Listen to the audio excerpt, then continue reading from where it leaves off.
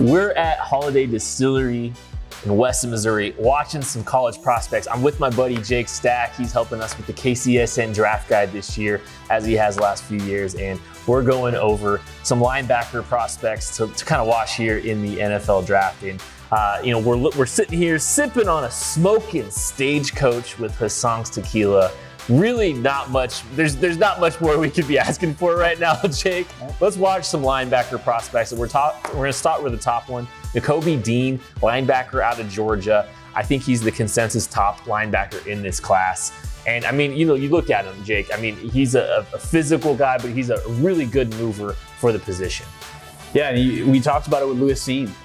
Talk about any of these Georgia guys. There is so much talent on that Georgia defense, and for a guy to make as many plays as he did just kind of shows you what type of playmaker he is, because there's not a lot of plays to be made. You got to beat other NFL studs to the ball, and he did that often. I think instinctually, he's very good.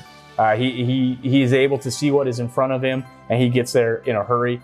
He's a little bit undersized, but in today's NFL, I don't think that's a big issue at all. A lot of people are playing those 225, 230, linebackers.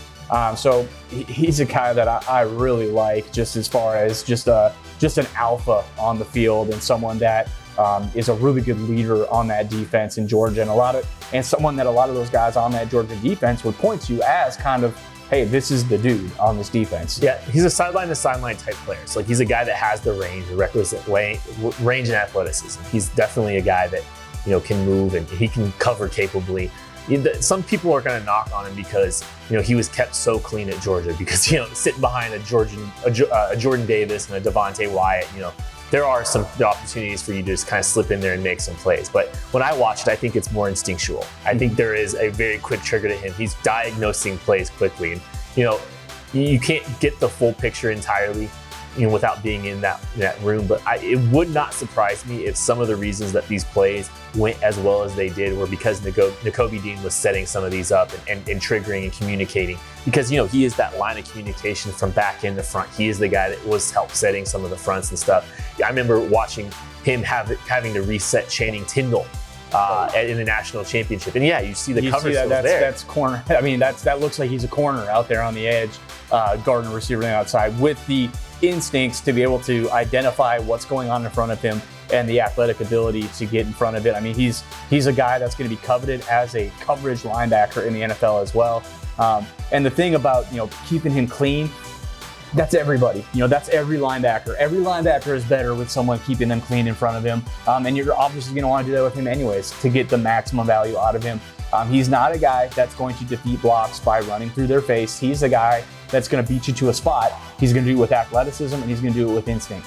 One of my guys in this linebacking class, it's a little bit different than Nakobe Dean. He's kind of we'll talk about him in a little bit. He's a bigger guy. He's maybe got a more versatile skill set. He's a Sam linebacker. It's Darien Beavers out of Cincinnati. He's one of my guys in this class, and he is a unique prospect because he's got some rush ability to him, but he's a big physical guy, 6'4", 252 pounds, and a very versatile skill set, Jake. Yep, and he's a guy that kind of fits in today's modern NFL, where he can do everything. He can rush, he can cover, he's good in run fits, like right here. So he's a guy, how about that Cincinnati defense with those guys that they had back there? And he's one of them. Just his ability to play at that size, and his movement ability and his flexibility at that size are rare traits that NFL teams are going to look at and say, we could turn this guy into X, Y, or Z, whatever we need him to do in our defense. He's a guy that we can teach to do that. He was a very interesting prospect watching at the recent Senior Bowl, because he got a chance to kind of show some of his coverage skills, and he actually really held himself up well in some of the man coverage drills that they were doing. And I think that's really important for him, because there's some questions about whether or not he's going to be able to cover at a high level. I don't know how great his zone instincts are at this point in his career, but he's kind of had a unique career arc. I don't think he's a true stand-up edge rusher or anything like that. But like as a Sam, that maybe you send on some blitzes at times, or maybe you send him off the edge a few times here or there. He can carry vertically easily. Like that's something that he can do. And at that size, it's pretty impressive. But you see him, ability to get downhill, close, diagnose plays really, really well, and he's physical. This is a very unique prospect with a unique skill set. I anticipate Darien Beavers probably goes sometime in day 2 of the draft. And if he's in the Chiefs, if he winds up getting drafted by the Chiefs, it's probably as like a rush Sam or a Sam type linebacker, not a true rush Sam, but like a Sam linebacker. There's one more linebacker we got to talk about, a guy that's starting to get a little bit more attention, had a good NFL combine, Chad Mumma out of Wyoming.